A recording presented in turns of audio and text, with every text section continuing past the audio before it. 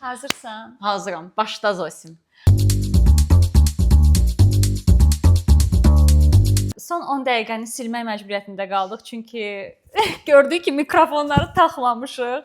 Ona görə özümü təkrarlamaq da çox cringe gəlir mənə, amma bunu etmək məcburiyyətindəyik. İlk öncə demək istəyirik ki, bugünkü epizod bundan əvvəlki epizodun davamı olaraq gələcək. Çünki biz gördük ki, sizə də çox maraqlı oldu bu mövzu və bizim özümüzə də əslində çox maraqlıdır bu mövzu. Bu arada burada qısa bir haşiyə keçim ki, bu mövzular sizə maraqlıdırsa, biz bu mövzuda uzun epizodlar eləyə bilərik. Yəni 100%. çox bizə də maraqlıdır. Yəqin ki, əslində insanın ən önəmli, ən maraq dairəsində mövzudur. olan. Bir də fərqi yoxdur, yaş kateqoriyası və yaxud Cinsiyyəti. gender, cinsiyyət, heç bir fərqi yoxdur. Mənə gəlir bu hamıya maraqlıdır. Bir də Zosi ilə çoxdandır biz sadəcə oturub danışmırdıq və bu günlərim bu podkastı çəkməmişdən əvvəl doya-doya heç olmasa 1 saat vaxt ayırdıq özümüzə sadəcə danışmaq üçün. Çünki adətən artıq son vaxtlarda ancaq video çəkmək üçün görüşürük və yenə də niyəsə söhbət hərrəndi fırlandı, münasibətlərə gəldi. Deməli bu əslində ən maraqlı, ən müzakirə olunmağa. Bəlkə bizim üçün də ən maraqlı bir mövzudur. Biz bu günlərim istəyirik, əgər bizi Instagramda izləyirsinizsə, orada görmüşdünüz, biz link paylaşmışdıq. Anonim fikirlər, suallar, onların üzərindən cavablandırma və mövzuları açmaq qərarına gəldik. Bu arada çox maraqlı suallar və storylər paylaşmısınız. Çox təşəkkür edirik bunun üçün ayrıca. Oxuyarkən belə beynimizdə təblər açıldı, çox sevdik. Və bu günlərin mövzuya uyğun red flag və green flag. Halbuki planlamamışıq bunu. Tamamilə təsadüfən mən green oldu. flag geymişəm, Zosi red flag geyinib. Elə ona görə burada əslində mövzunu red flag və Açmaq green flagdən olar. danışa bilərik. Çünki biz o dəfə 5 flagdan daha çox danışdıq. Nəinki green və red. Bir də çox ümumi danışdıq.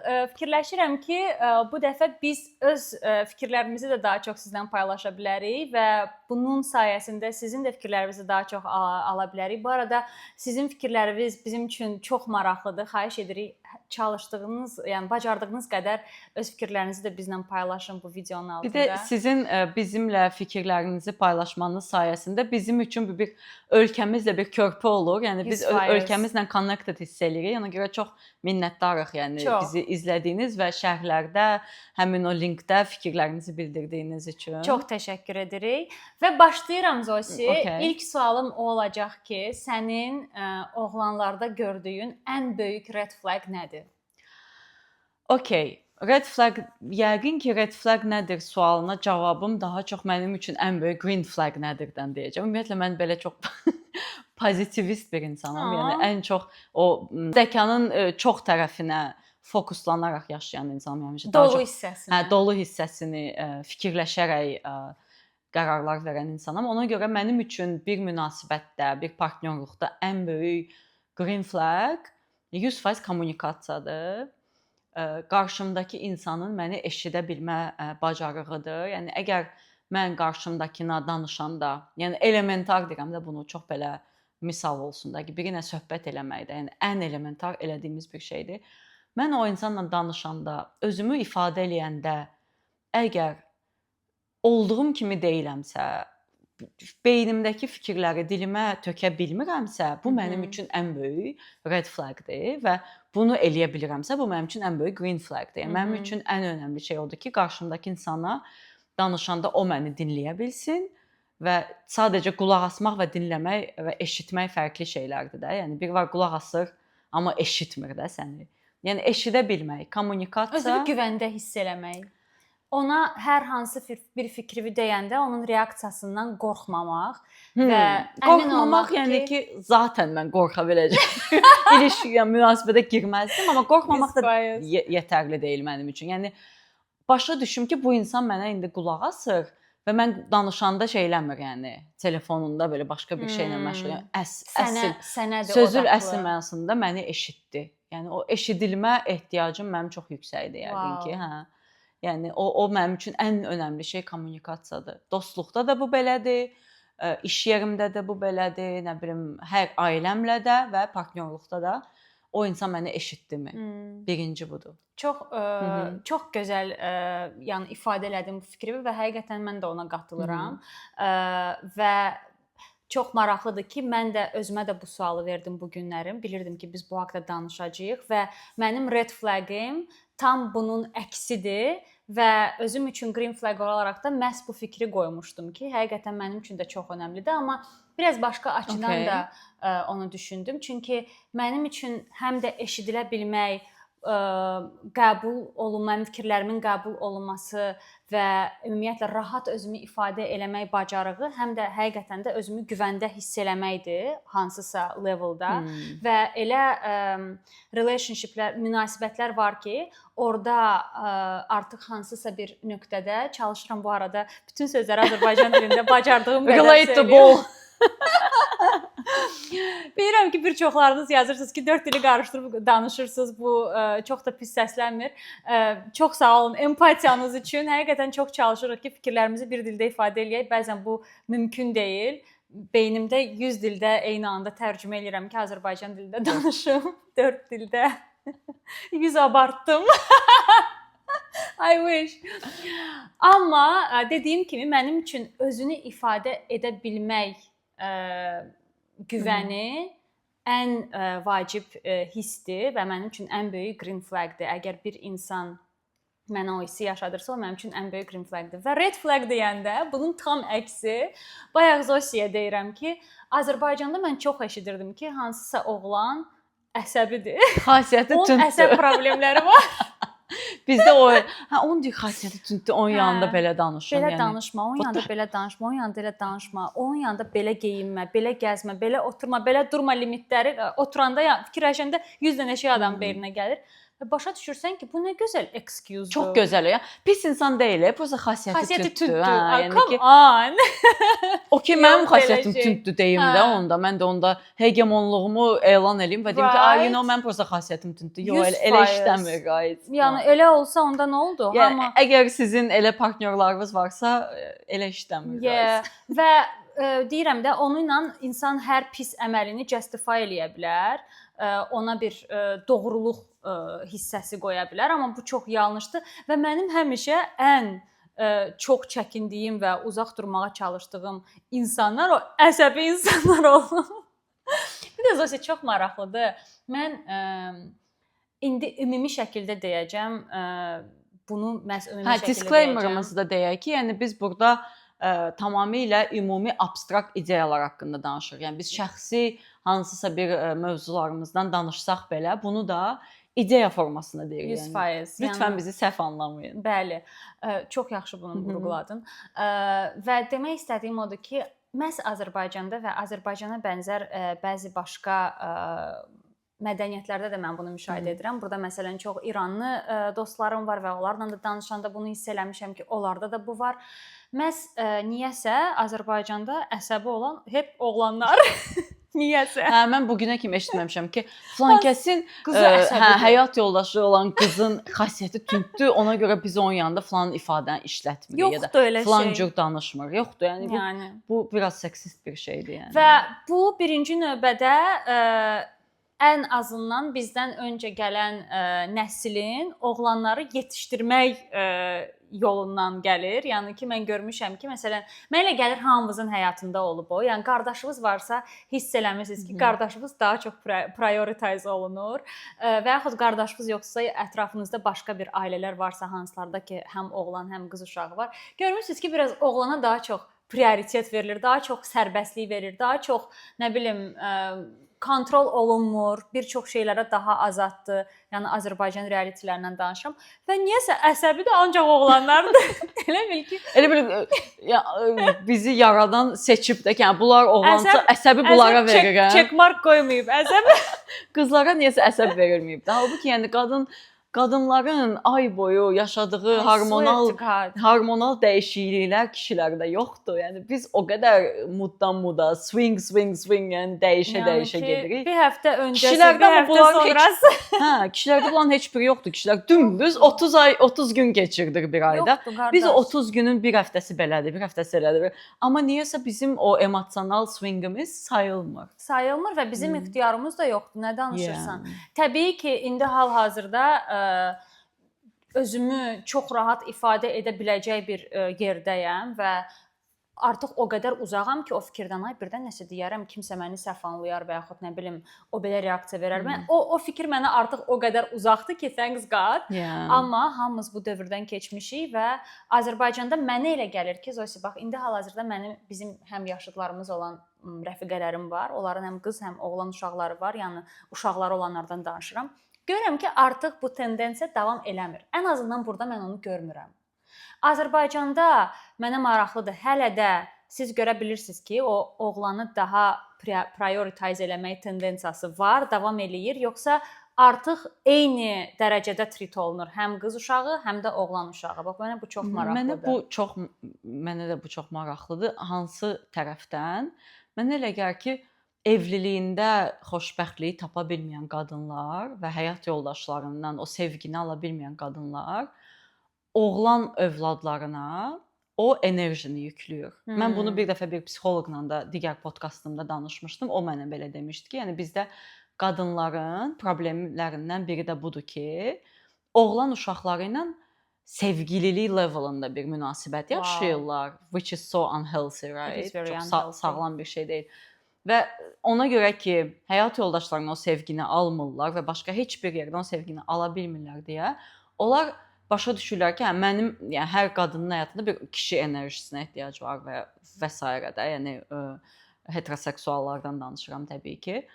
Və o qadınların da oğullarına olan o sevginin ehtiyacı, çünki onlar oğullarından o sevgini alırlar, hansı ki ərlərindən ala bilmirlər və buna görə onlar, yəni too much sevgilərini ona verirlər. Çünki orada bir və bunu anlaya bilirəm, yəni təsəvvür eləyəndə, empatiya quranda ki, okey, mən sevilmirəmsə və dünyaya gətirdiyim oğlanın həyatının mənası mənəmsə, yəqin ki, o qadınlarda bir onun şeyini yaşayırlar, yəni eyforiyasını yaşayırlar ki, oh my god, someone is loving me.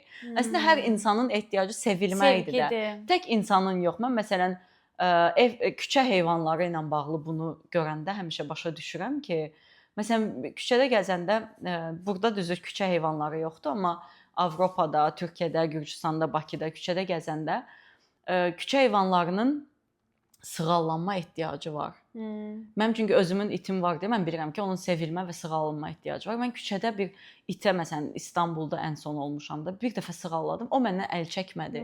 Onun o qədər sevgiyə ehtiyacı var. Yəni biz də bir canlıyıq da, bizim o qədər sevgiyə, sevilməyə, sığallanmaya ehtiyacımız var ki, sən artıq onu partnyorundan ala bilməyəndə uşağından ehtiyacın olur. Bu çox qeyri-sağlam bir şeydir. Əlbəttə, yəni bir yandan üzülürəmsə o qadınlara, hansılar ki, oğullarına belə takıntılı leveldə. O separasiyanı yaşamırlar vaxtında. Mənə elə gəlir ki, sənin dediyi və hardasa haqq qazandırıram, amma eyni zamanda mənə elə gəlir burada digər faktor da var. Ümumiyyətlə mənə elə gəlir o stereotipdən artıq doğulmuş bir faktdır.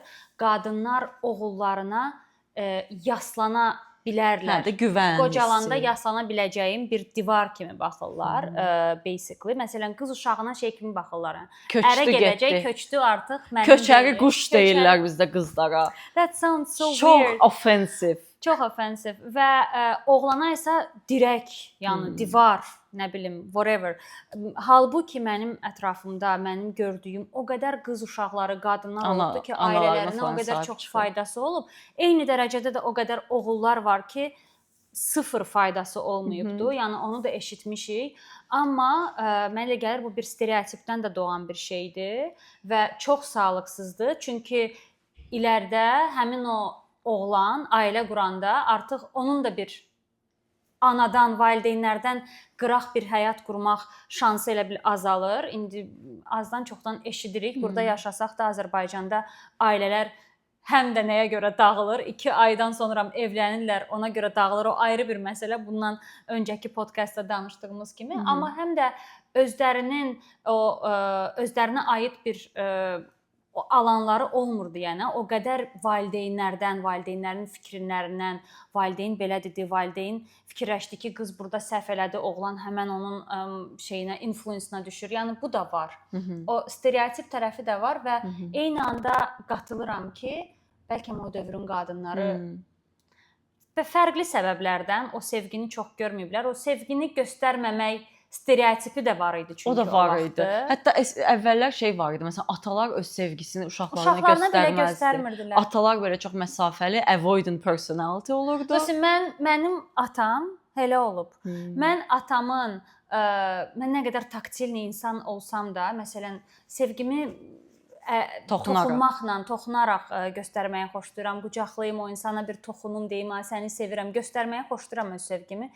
Xatça mənim atam onun tam qarşısında olub. Yəni bizə sevgisini bəlli yaşdan sonra mən deyə bilərəm ki, hətta biz evlənib artıq ailə qurduqdan sonra mənim atam hisslərində daha açıq olmağa başlayıb və indi nəvələrinə göstərdiyi sevginin sizə göstərmir. %1-ini bizə göstərməyib. Görsən. Çünki göstərə bilməyib. Çünki onun da böyüdüyü mühit bəlkə onu görməyib. O mühitdə böyüyübdü ki, onu görməyib. Amma mənə elə gəlir ki, bir uşağın atanın anaya sevgisini göstərməsini görməlidir. O uşaq da onunla formalaşır. Ata anaya sevgi göstərdi, ata anaya xoş söz dedi. Ata uşaqlarına sevgi göstərdi. Hətta Zosi indi bir maraqlı bir şey deyəcəm. Bəzi yerli-bazlıq eləmirəm, amma bəzi regionlarda belə bir tendensiya var ki, sən öz uşağını qucağına ala bilmərsən, amma məsələn qardaşının uşağını qucağına ala bilərsən. Və yaxud atanın ananın yanında uşağı qucağa ala bilmərsən. Mən bunu hansı bölgəyə aid deməyəcəm, amma mən bunu eşitmişəm. Azərbaycandaykən bəzi tanışlardan eşitmişəm və biz onu da müzakirə etmişik uzun-uzun ki, bu niyə var? Niyə məsələn mən atamın yanında qardaşımın uşağını götürə bilərəm qucağıma, amma öz uşağımı götürə bilmərəm. Ona çünki sən onu eləmisən. Başa düşürsən də var. Elədiyimi ala bilmərsən. Çünki o artıq ora işarədir. O şey kimi də üzr istəyirəm uşaqlarımın atası. Ərim desəm hamı biləcək. Xaça uşaqlarımın atası deyəndə mənim daha çox beynimdə o səhnə gəlir ki, uşaqlar ata necəsə bir lütf ərim də. Yəni ərim deyəndə mənim Zaks ağlıma gəlir, Raspisaniya qayıt. Amma uşaqlarımın atası deyəndə mənim ancaq o gecə yalan. Začatiya gecəsi. Çox mənasızdır. İnanılmaz mənasızdır Zosi. That's so weird. Məsələn, bizdə biraz atam daha şey olub, yəni mənə elə gəlir ki, mənim atam daha belə qərb filmləri ilə böyüyüb uşaqlığında və ona görə belə Amerikan filmlərinin təsiri ilə daha belə istiqanlı falan. Amma məsələn, atamın qardaşı da yəni çox eyni evdə böyüyüblər. Əmim çox daha distant idi uşaqlarına qarşı. O məsafəni qoruyurdu ki, o da ki təsir də, yəni yəqin ki influensa düşən insan var, düşməyən insan var. Amma məsələn mən bunu bizə nəyə bağlamaq istəyirəm? Biz bundan əvvəlki epizodu çəkəndən sonra münasibətlər haqqında oturub ikimiz bir yerdə danışdıqdan sonra o qədər insanla mən və istər şərh olaraq, istər DM olaraq, şəxsi mesaj olaraq o qədər insandan bu mesajı aldım ki, sizin cəsarətinizə görə sizi alqışlayırıq. Necə cəsarətlisiniz bu mövzularda. Mən onu oxuyanda o qədər məyus oldum. Biz hələ heç nə deməmişik. O qədər məyus oldum ki, yəni Newjeli mənim ölkəm qapalı bir ölkə deyil, uşaqlar. Biz Şimali Koreya deyilik, biz İran deyilik. Bizim quru sərhədlərimiz bağlıdır. Okay, bunu anlayıram. Pandemiyadan bu yəni absurd bir şeydir, amma biz bağlı bir ölkə deyilik. Biz səyahət edən ölkəyik, biz ölkəmizə turist alan ölkəyik, biz açıq bir ölkəyik də. Yəni niyə mənim ölkəmdən olan insanlar elə düşünür ki, sərbəst nə düşündüyünü, çox basit bir şey, münasibətlərdən danışmaq, sərbəst nə düşündüyünü YouTube-da deyə bilmək cəsarət tələb eləyir. Bu sadəcə normal bir şeydir. Yəni biz burada həqiqətən heç bir ekstra cəsarət nümunəsi deyilik. Biz normal insanlarıq, öz fikrini ifadə eləməyi okey olduğunu düşünən. Yəni və indi qayıdacağıq yenə ora, çünki Azərbaycanda Zosi ümumiyyətlə münasibətdə olan qadınlar açısından danışacağam təbii ki. Qadınlar normalda mənə elə gəlir oturub münasibətlərdən açıq-açıq bir video çəkməzlər. Çünki bu bizim stereotiplərimizə biraz ziddir.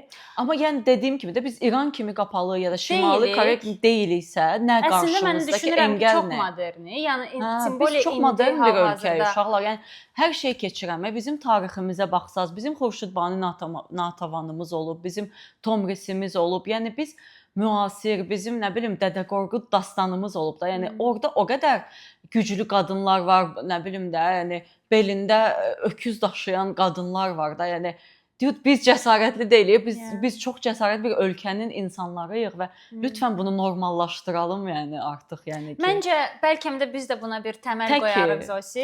İstəmədən belə bir amacımız yox idi, amma həqiqətən də bəlkə biz bunu indi danışırıqsa, bu da hansısa leveldə normallaşacaq. Çünki uzağa getmirəm. Azərbaycanda bir neçə podkastlara başladım baxmağa. Biz bu fikri özümüzdə doğduqdan sonra başladım araşdırmağa. Ümumiyyətlə Azərbaycanda nə cür podkastlar çəkilir, nə haqqda danışılır. Heç birisini bu dəqiqə mühakimə etmək məqsədi ilə bunu demirəm.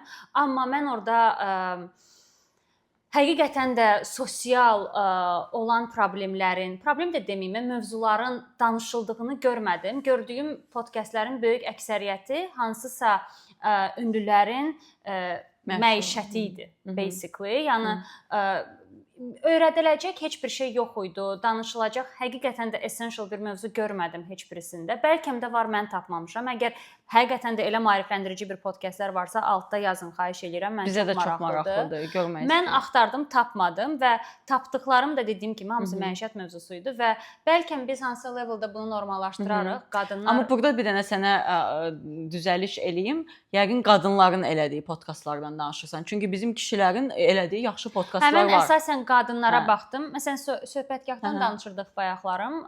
Çox gözəl iş görürlər, bəyənirik. İkimiz də o haqqda danışdıq.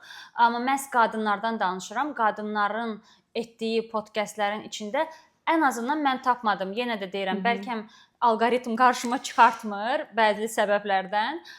Əgər varsa elə bir şey, xahiş edirəm paylaşın. Həqiqətən mən çox maraqlı olar. Bu gün mən də, yəni ilk dəfə biz bu podkastda artıq neçə həftədir başlamışıq, amma bu gün ilk dəfə Azərbaycan podkast yazdım YouTube-umda. Azərbaycan və podkast 2 söz. Və mənə maraqlı oldu ki, alqoritm mənim qarşıma nə çıxardacaq.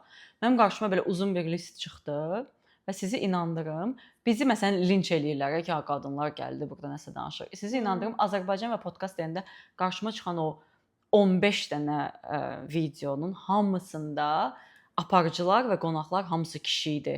Elə bil ki, yəni ən çox baxılan, ən çox yəni yaxşı qarşılanan, ən çox dəstək görən filan kişi. Mən belə baxıram ki, yəni okey, məsələn söhbətgahın əminəm ki, qadın qonaqları da olur da, bilirəm, amma orada belə, yəni mənim qarşıma çıxan o ilk listdəki 15 videonun içində bir dənə qadın yox. Yəni o da məni biraz incidir, çünki biz Azərbaycanda iki genderdə qayət bərabər hüquqlu yaşayan bir ölkəyik də. Yəni o biraz adamı üzür. Ona görə lütfən, yəni bizim qadın olaraq bunu elədiyimizə görə bizim həvəsimizi qıran o insanlara buradan səslənirəm ki, valla onsuz da o ölkə kişilərin ölkəsidir. Onsuz da o ölkədə qabağa kişilər gedir. Yəni biz sizin yerinizi onsuz tutmayacağıq. Elə bir ehtimalımız yoxdur, elə bir iddiamız yoxdur. Biz sadəcə istəyirik ki, yəni orada bir disbalansda biraz da qadınların da səsi var. Bir Azərbaycan və podkast yazanda Amerikada oturan bir insan, orada qarşısına çıxan 10 podkastdan birində də sadəcə yəni qadınlar da olsun. Tək istəyimiz budur, yəni.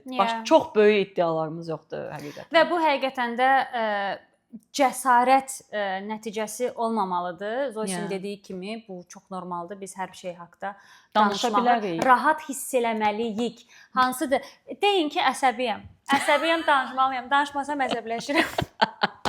Not gonna lie appinə geri dönürük. Və anonim bizə bugün bizim Instagram izləyicilərimiz anonim münasibətlərlə bağlı fikirlərini bildiriblər və ya suallar veriblər. İndi biz başlayacağıq onlar üzərindən getməyə. Bəzilərini sizə səsləndirəcəyik və öz fikrimizi də bu barədə söyləyəcəyik. Çünki bəziləri sual verib.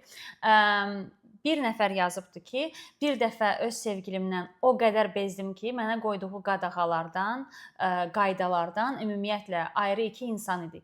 Və bir gün içində heç düşünmədən ayrıldım ondan. Sonra mənə dəfələrlə yazdı, yalvardı, amma barışmadım. Sizcə düz eləmişəm. Əgər onunla qalsaydım, indiki kimi uğurlu olmazdım.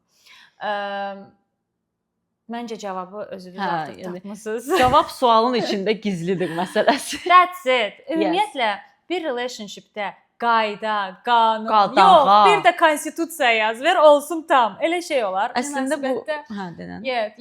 Davam edə bilərsən. Yəni əslində bu mənim yəqin ki, birinci red flaggım kommunikasiya yoxluğudursa, ikinci red flaggım azadlığımın necəsə məhdudlaşdırılması. Bəlkə də bu birincidir, o ikincidir. Yəni tam əmin deyiləm, amma ikisi bir-birindən tam eyni leveldadır bəlkə də. Yəni ümumiyyətlə yəni insan azadlığı 100%. Əgər bir münasibətə girirsənsə, o münasibətə girməmişdən əvvəl o periodu yaşayırsan, düzdür? Həmin o insanla ki, yəni tanışlıq dövrüdür, odur, budur, bu insan səni başlayır tanımağa. Bu insan ümumiyyətlə sənə bir marağı göstərirsə, o personality-ni bəyənir, o marağı göstərir. Düzdür? Sən onda həm azadlıqlı yaşayırsan, nə bilim, işləyirsənsə işləyirsən, xüsusi geyim tərzin varsa, geyim tərzin var və fərqli faktorlar ola bilər də. Yəni sən artıq bir insansan və o insan həmin o insanı görür, bəyənir və ona maraq göstərir və ona münasibət qurmaq istəyir. Münasibət qurmaq istədiyin insanı niyə dəyişməyə çalışırsan? Bu 100% deyə bilərəm ki, artıq həmin o insanın öz güvənsizliyindən, öz komplekslərindən, öz qısqanclıq adı altında, qısqanc deyil, yox, sevirəm məni, prosta çox qısqancdır. It's a bullshit. Elə şey yoxdur. Yəni qısqancdır deyə səni bir də buna sevinən qızlar var. Var. Ay məni qısqandı. We listen but we don't judge. Okay. Həqiqətən də. Çox çətindir. Zosin sözünə qüvvət. Yadımdadır ki, universitetdə oxuyanda patokumuzda bir qız var idi və boyfriendi var idi. Boyfriendi dəhşət qısqanc idi. Yəni ki, siz də mənə baxışın, ota-boka qısqanırdı da bu qızı. Hər şeyə qısqanırdı. Az qalsın aldığı nəfəsə də. Oh god. Qız bundan kayf tuturdu. Yəni ki, she was so happy. Deyirdi ki, məni sevir, ona görə qısqanır. Və bu çox maraqlı mövzudur Zosi. Sevir deyə qısqanır. Nə deməkdir? Qısqanmadan istəyirsən biraz danışaq. Davay danışaq. Məncə bu çox maraqlı bir mövzudur. Yəni qısqanma biraz belə məsələn biri var ki, kimsə səni alladır və sən bunu tutursan. Bu qısqanma deyil də, bu faktdır ki, səni kimsə alladıb deyə sən onu tutursan və bu xəyanətdir. Okay. Qısqanma biraz betrayal yaşayır deyənə bəlkə deyirsən travması qalır və növbəti relationshiplərdə daha qısqanc yaşayır. Yox, onu demirəm. Yəni demək istəyirəm ki, biri var kimsə həqiqətən sənə betray eləyir deyə sən o xəyanət üzərində tutursan, orada qısqanma hissi yoxdur da, düzdür? O artıq faktla üzləşib, fakta uyğun qərar vermə momentidir. Qısqanma bir illüziyadır, right? Like sənin bir utopik bir hissindir ki, birdən bu filan yerə gedər, orada filan. Yəni qısqanma hissində fakt yoxdur. Tamamilə illüziya olaraq bir hissdir insanda. Yəni sənin o tarakan deyirik də. Biz beynindəki tarakanlar sənə deyir ki, hə, bu filan yerə getsə birdən nəsə olar qısqanclığı ya da filan. Bəs o delusionu yaşayan, o illüziyanı quran hansı tip insanlardır? Çünki hamı onu yaşamır axı. Bəzi insanlar o illüziyanı beynində qurur, bəziləri də qurmur. Hansı insanlar adətən qısqanır səncə? Sahib olmağa daha çox çalışan insanlar, yəni ki, mən bu insanın sahibiyəm. Bəs sahib olmaq istəyi hardan olur? Sahib olma istəyi yəqin ki, again bizim təbiətimizdə olan bir şeydir. Sən qısqancsan? Mən qısqanc deyiləm. Mən də heç. Mən yəni super biraz qısqanc ola bilərəm. Okay, heç qısqanc deyiləm deyə bilmərəm. Qısqanma again də yəni bir emosiya olaraq mənə gələ bilər, mənə də gələ bilər o bir emosiya olaraq. Amma mən yəni ki, bu beyninə sahibəm deyə o beyinlə o emosiyanı bastıra bilirəm. Məsələn, o an deyirəm ki, okay, mənim bu an qısqanmam rasional bir qərar deyil, bu bir emosiyadır və mən bu emosiyanın üzərinə gedib onun üzərində işləməyi seçirəm. Relationship deməyim, dostluqda bir qısqanclıq hissi hiss eləmirsən. Bir şey yoxdur. Qısqanclıq hissi məndə də heç vaxt dostluqda olmur. Münasibətdə ola bilər, hansısa leveldə çox az-maz belə. Məndə o da yoxdur məsələn. O məndə olub. Yəni, onu yaşamışam, qısqanclıq hissi hiss eləmişəm hansısa dövrdə. Amma yəni ki, mən başa düşdüm ki, qısqanclığın qarşıdakı insanla heç bir əlaqəsi yoxdur. Ümumiyyətlə qısqanclıq hiss edən, təbii ki, çox fərqli situasiyalar olur. Bunu da ümumiləşdirə bilmərik. Çünki həqiqətən fərqli experience-lər yaşayıb o hissi hiss edən insanlar da var. Amma belə böyük əksəriyyəti deyə bilərəm ki, o insanın öz içindəki inamsızlığıdır, insecurity-sidir. O sən bayaq dediyin kimi sahiblənmək mənimdirsə mənimdir hissi. Elə bilir ki, o da bir əşya da alıb mağazindən. Yəni insan bir əşya deyil də, sən ona heç vaxt 100% sahib ola bilməz. Heç kim heç kimə sahib ola bilməz. Mən o konseptə inanmıram ümumiyyətlə. Və bir də maraqlı bir şey oxudum. Deyir ki, adətən hansı uşaq ki görüb ailədə məsələn, onda bəlkə də instinktivlə o hiss olmazdı, amma qısqanc bir valideyni görə-görə böyüyübsə, Onu istər-istəməz təkrarlayır. mənimsəyir. Çox maraqlıdır. Elə bir şey Interesting. oxudum.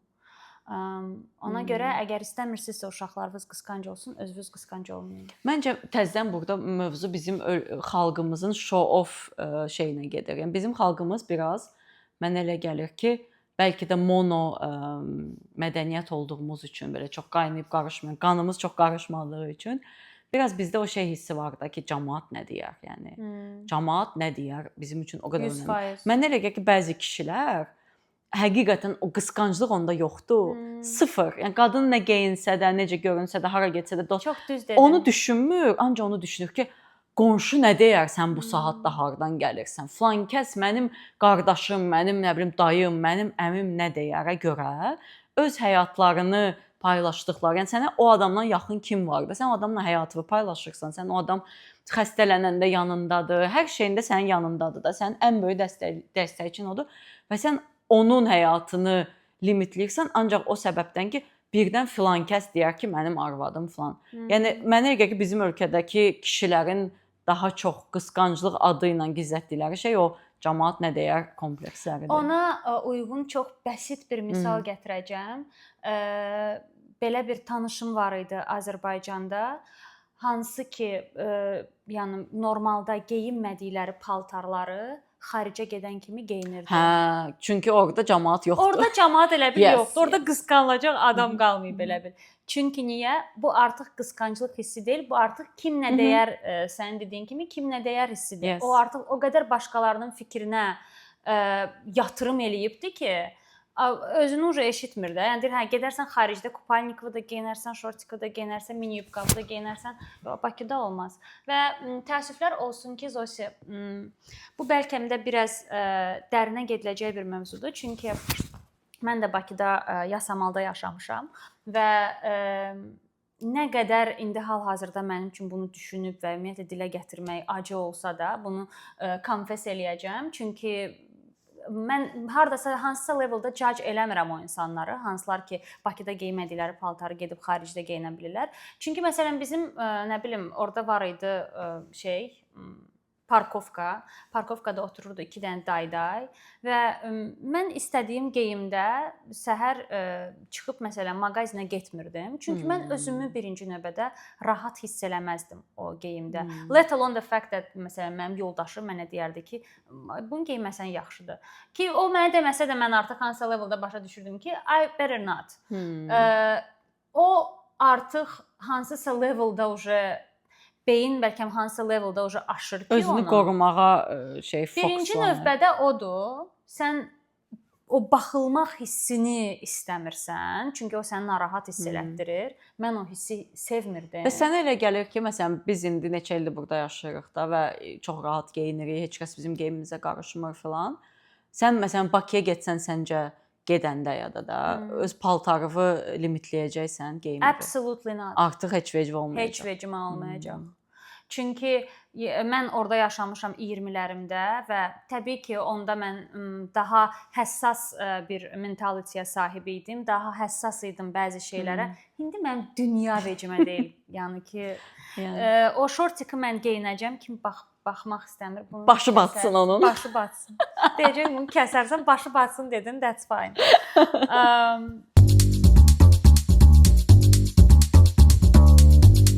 Deməli, çox maraqlı bir və intriqalar yaradacaq bir storydir. Məncə bu haqqda danışmaq həqiqətən də böyük cəsarət tələb eləyir. Bax, cəsarətə indi gəldik. Cəsarətə işte indi çatdıq. O cəsarət dediyiniz. Deməli belə.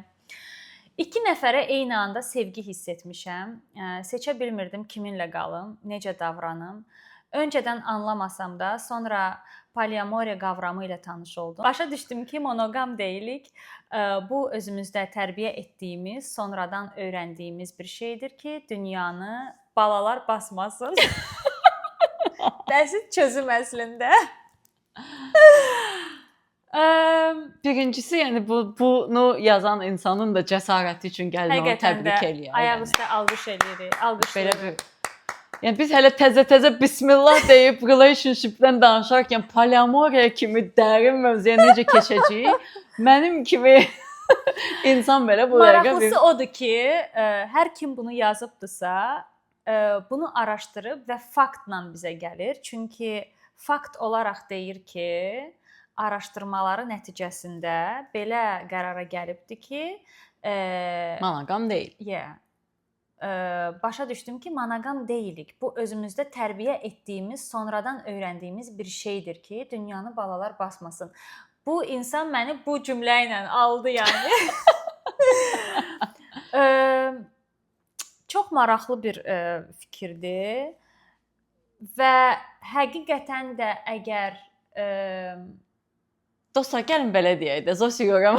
Yox, bir fikir söyləmək istəyirəm. Görəm ki, bir deyəsin də var, demək. Yox, deyəsin var. Birini deyirsən, birini demirsən.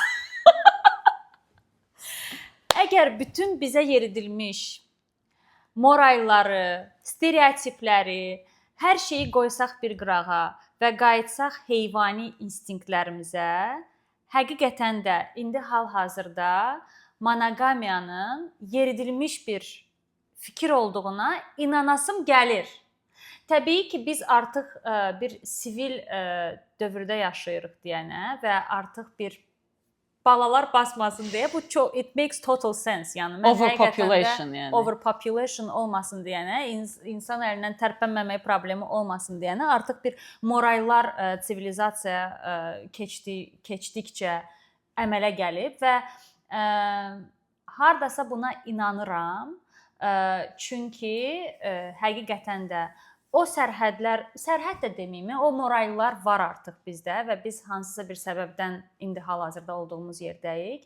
Əminəm ki, poliamoriyani yaşayanlar da var. Hal-hazırda bu arada mən bir rusların podkastına baxırdım. Orada bir mövzu çox escalate olmuşdu və orada da poliamoriya toksiklər. Poliamoriya qrupavuğa swinger partners. Bu podkast necə o podkasta döndü? Yəni ki, çox həssas mövzudur. Mən Zosiya'nın yardımına burada, xilasına yetişim. Axırda bir dənə də bir şey deyim. Bu kommenti oxuyanda ilk ağlıma Zamyatinin bir kitabı yadıma düşdü. Kitab "Мы" adlanır. Biz. Və orada onun poliamoriya nə əlaqəsi? Deyəcəm. Ümumiyyətlə moralları yığışdırandan sonra seksə olan bir yanaşmanın nə qədər orada fərqli baxılır. Spoiler alert, kitabı oxumamısınızsa, xahiş edirəm burada pauzaya basın. Həm ekranda qoyacağıq spoiler alert'ı, həm də səsləndirirəm ki, heç kimə spoiler alert eləməyək. Orada kitabın sonunda artıq insanlar elə bir mindsetə gəlir ki, o xoşbəxt olmaq üçün injectionlar olunur bütün insanlara və artıq dünya elə bir yerə gəlir ki, hamı bir inkubasiya şeyində yaşayır, bir proqramında yaşayır və insanlar bir-birləri ilə talonla yatırlar. Məsəl üçün bu gün deyir ki, görün bu gün talonda mənə kim çıxacaq? Seks yapasım gəldi. Gedir orada talon çıxardır. Kim ona düşürsə gedir onu ilə yatır. Eyni zamanda insanların beyinləri o qədər injectionla və beyin təmizlənir. Orada yəni çox prosedurlar olunur.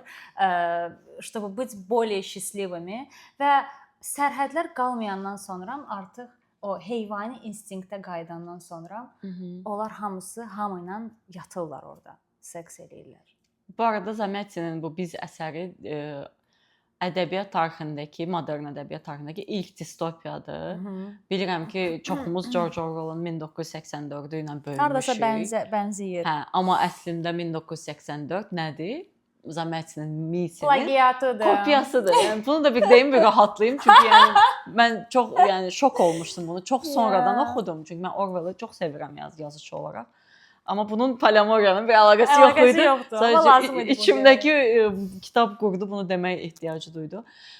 Zosin dediyi bu məsələyə mən də biraz daha belə insan tarixindən yola çıxaraq cavab vermək istəyirəm. belə bir çox maraqlı bir evliliklə bağlı bir dokumental filmə baxmışdım, sənədli filmə baxmışdım Netflix-də. O da mənim yenə beynimi belə bir aydınlanma yaşatmışdı. Biz insanlar olaraq biz elə bilirik ki, hər şey bizim bugünkü normal alışdığımız dünya, yəni real Budur. dünya budur da.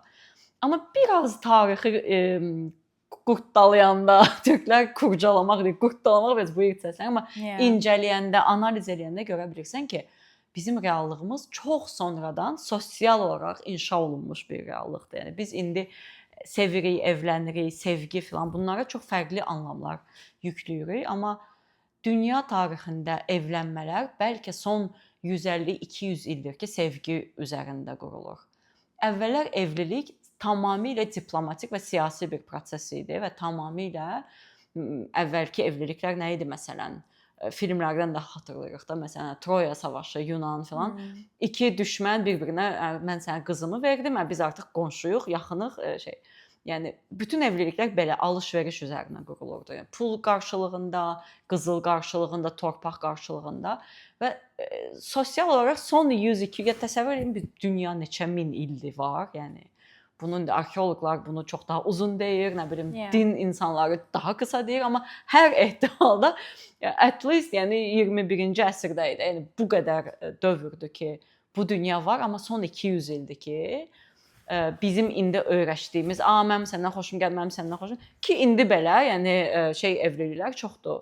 Məntiq evlilikləri də, yəni ki, sənin atan burada işləyir, mənim atam burada işləyir, super. Var dövlətimizi birləşdirək. Bu hələ davam edir. Yəni əslində daha öncəsində evliliklər buydu. Yəni ona görə evlilik socially constructed, socially inşa olunmuş bir şeydir.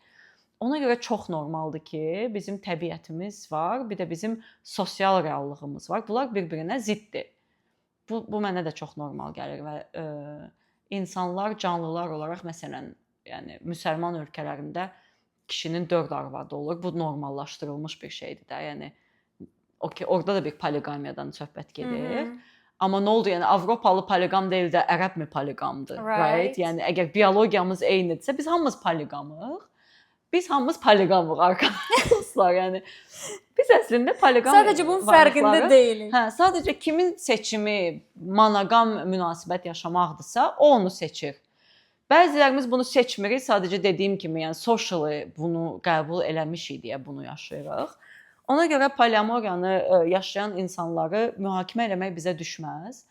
Ümumiyyətlə biz burada heç kimi mühakimə eləmirik. Bu arada bu kommenti oxuyanda bir də şey yadıma düşdü.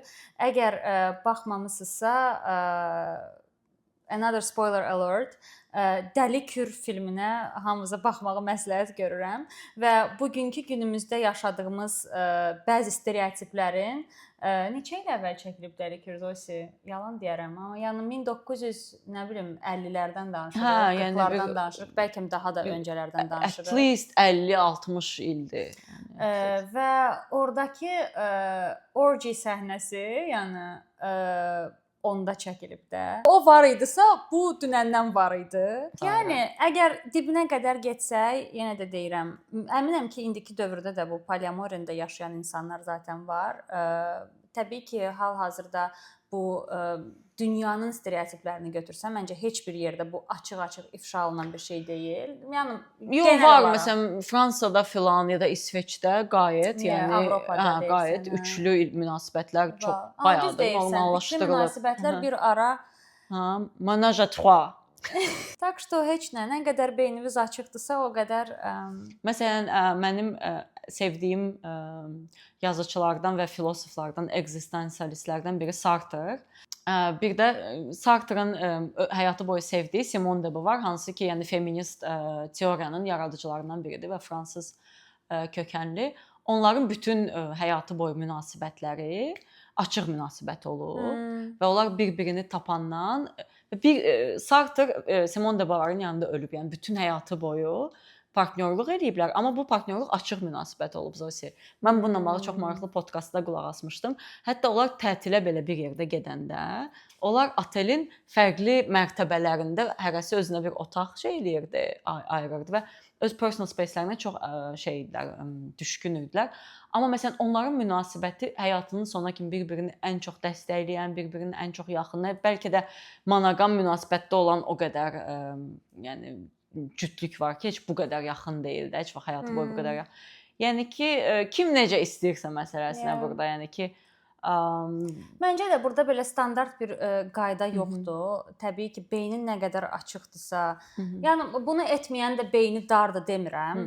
Bu sadəcə olaraq içdən gələn bir şeydir. Həqiqətən də buna ehtiyac duyan, buna o qədər açıq olan, bunu istəyən həyatında insanlar var. Bu arada open relationship deyə bir deyim var. Yəni open relationship hal-hazırda bir çox gənc yaşayır. O qayıdırıq yenə commitment etmək istəməyən insanlar, iki gəncdir, bərabərdirlər və open relationship yaşayırlar. Bu o deməkdir ki, onlar bir-birlərinə heç bir şeyin sözünü vermirlər. Hərəsinin qıraqda həyatları da var, amma eyni zamanda da bərabərdirlər.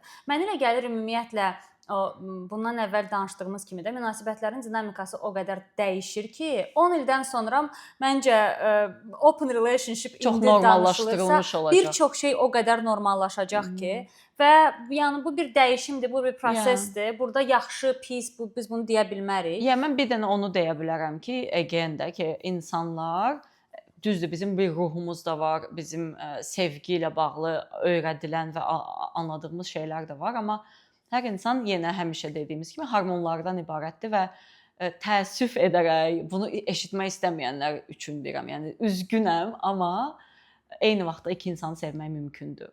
Yəni elmi cəhətdən bu mümkündür. Hormonlarımız bunu eləyə bilir, yəni bu bir faktdır, yəni elmi bir faktdır, təəssüf ki. Bunu bu günlərin by the way mən də araşdırdım və bir insana sevgi hissini hiss eləmək üçün o bir neçə hisslərdən ibarətdir və o bir neçə hissin combinationını sən iki fərqli insana hiss eləyə bilərsən.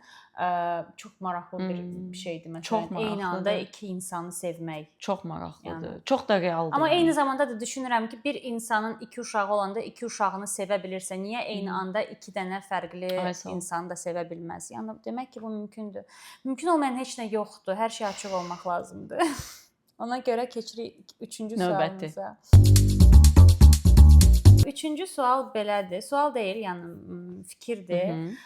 Green flag-dən yazmaq istəyirdim. Qəribə səslənsə də şəxsən mənim üçün qarşı tərəfin yumor hissinin olması çox önəmlidir. Düşünürəm yumor hissi yerində, balansda olan insan bir çox nüanslarda daha empatik və duyarlı olur. Həm də məni güldürsə, bilirsə özümdən asılı olmadan əriyirəm ona qarşı. Səndə necədir Zosi? Yumor səndə top neçədədir green flaglərdə? Çox önəmlidir. Mən ümumiyyətlə yumor hissinin güclü olan insanları həm də ağıllı insanlar hesab edirəm. Bir insan əgər yaxşı yumor hissi varsa, deməli beyni çatır ki, o zarafatları eləyir və mənim üçün top 3-dədir deyə bilərəm. Top 3-də var yumor. Yaxşı, top 3 abartdım. Top 5-də. Düşündük ki, digər sualları növbəti epizodlara saxlayaq. Bu arada biz yenə o story-ni paylaşacağıq, yenə o anonim linki qoyacağıq. Bu epizoddan sonra da əgər hər hansı bir story-ni bizlə paylaşmaq istəsəz və yaxud bir sual vermək istəsəz, sevə-sevə cavablandırarıq və oxuyarıq. Amma keçən epizoddan yarımçıq qalan bəzi terminlər qaldı. Onları bu günlərim bitirmək istəyirik. Onlardan biri Gaslighting. Gaslighting termini Gaslight filmindən gəlir. Bu arada mən bu filmə baxmamışam. Mən də baxmamışam. Filmdə kişi adı Grigoridir. Həyat yoldaşı Paulanı manipulyasiya edir. Evdə işıqlar sönüb yanır. Qadın bunu hiss edir. Kişi isə deyir, sən təsəvvür edirsən. Elə şey yoxdur. Məqsəd onu öz ağlından şübhə etdirməkdir. Bu səbəbdən bu gün gaslighting insanın reallıq hissini sarsıtmaq üçün psixoloji manipulyasiya deməkdir. Mən elə gəlir gaslighting-ı həyatımızın hansısa dönəmində intentionally və non-intentionally hamımız eləmişik və onun qurbanı da olmuşuq və mən elə gəlir bu ancaq münasibətlər, romantik münasibətlərə deyil, dostluqda, adi münasibətlərdə də qarşımıza çıxa biləcək bir taktikdir. Bu haqqda nə demək istəyirsən Zosim? Yəni gaslighting mənim təsəvvürümdə daha belə bir ağır bir termindir. Yəni bütün bu green flag, nə bilim ghosting falan bunlar onun yanında çox light qalır. Yeah. Gaslighting konkret kontrol eləmək üçün istifadə olunan bir fikirdir və mən onu tam belə abusive Azərbaycanca vurğularım Azərbaycanca oldu. Yeni söz Abusive. Yəni abusive Create. münasibətlərdə, yəni Elədin. ki, kontrol eləyən, sənin həyatına qarışan münasibətlərdə inanıram ki, insanların istifadə elədiyi bir şeydir ki, yəni məsələn, sənin bir reallıq anlayışın var, amma gaslighting eləyən insanlar, məsələn, daha çox bunu kişilər eləyir münasibətlərdə, qadını inandırmağa çalışır ki, sənin seçimlərin düzgün deyil. Məsələn, sənin rəfiqələrini mən çox bəyənmirəm, çünki filan və qadını inandırır ki, həqiqətən o rəfiqələrində bir problem var və qadın başlayır o dostlarından uzaqlaşmağa və kişi ilə və bir də qadın ayılır ki, onun həyatı bütünlüklə bu insandan ibarətdir. Və bunu mən məsələn domestik ev içi şiddət, qadına qarşı şiddətlə bağlı çox intervyular izləmişəm, çox nə bilim insanların real hekayələrini danışdığı sənədli filmlər izləmişəm. O filmlərdə görürəm ki, yəni ilk addım, ilk aşama türklər demişdi. İlk level odur ki, kişi başlayır gaslightinglə bunu eləməyə. Əvvəlcə başlayır ki, bax, məsələn, falan dostun səndən istifadə edir, o səni əslində qısqanır falan. Belə şeylərlə qadının marağını qazanır və qadın deyir ki, okey, mən bundan uzaqlaşım, ondan uzaqlaşım, bundan uzaqlaşım və bir də ayılır ki, onun bütün sosial çevrəsi əri və ərinin ətrafındakı insanlardır və ondan sonra o kişi üçün o qadını istədiyi kimi kontrol etmək çox daha asanlaşır.